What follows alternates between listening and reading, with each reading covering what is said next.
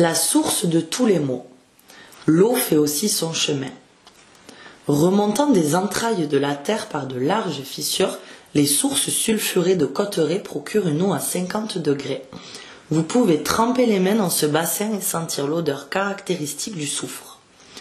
Boissons, gargarismes, bain nasal à la pipette, douche nasale et rétronasale, humage, insufflation tubaire, hydromassage et autres rééducations respiratoires, voilà à quoi devaient s'attendre les curistes de la Rayère. Après la Première Guerre mondiale, l'établissement a accueilli son lot de gazés, puis devint un grand centre spécialisé en otorhinolaryngologie. Après 1945 et pendant encore 50 ans, les thermes ont employé un grand nombre de valéens. Les thermes de la Rayère, un établissement au sommet de sa gloire. Les sources de la Rayère sont connues depuis le XVIIe siècle. On raconte que c'est un berger qui les a découvertes. Il avait pour habitude de mener ses chèvres paître à cet endroit, sur les éblouis de roches qu'on appelle une rayère.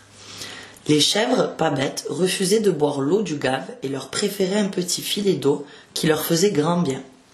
Les premières cabanes en bois abritaient quelques baignoires. Mais il faudra attendre le début du XIXe siècle pour voir les premiers bâtiments en dur. En 1818, on dégagea des nouvelles sources thermales en déblayant les éblouis. L'important débit encouragea les promoteurs et en 1825, le grand bâtiment fut achevé.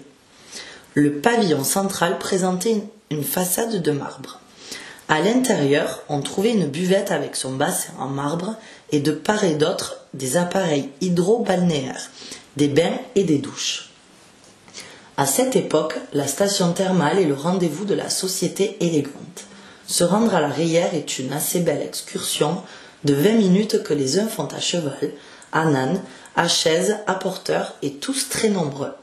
C'est le monde des malades, boiteux, enrhumés, qui se pressent autour de ces bains comme des paralytiques autour d'une piscine miraculeuse.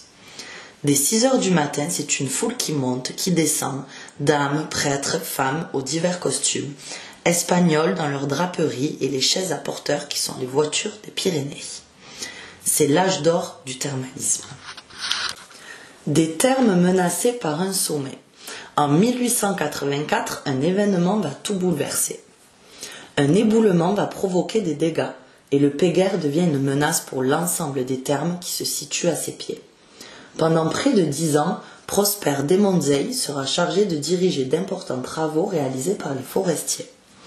L'opinion publique sera frappée par l'œuvre titanesque entreprise, par la témérité des ouvriers exposant leur vie pour la sauvegarde des thermes qui ouvriront sans attendre la fin des travaux en 1887. Mais près de 100 ans plus tard, les thermes devront fermer leurs portes à cause de nouvelles menaces. Tandis que les excursionnistes marchaient pour le plaisir, toute une partie de la population marchait pour les excursionnistes. Porteurs, guides, à la sueur de leur front, devaient satisfaire les exigences de tous. Vous êtes au pied de la combe de la Glacière. Sa base a été partiellement bétonnée pour faciliter les écoulements.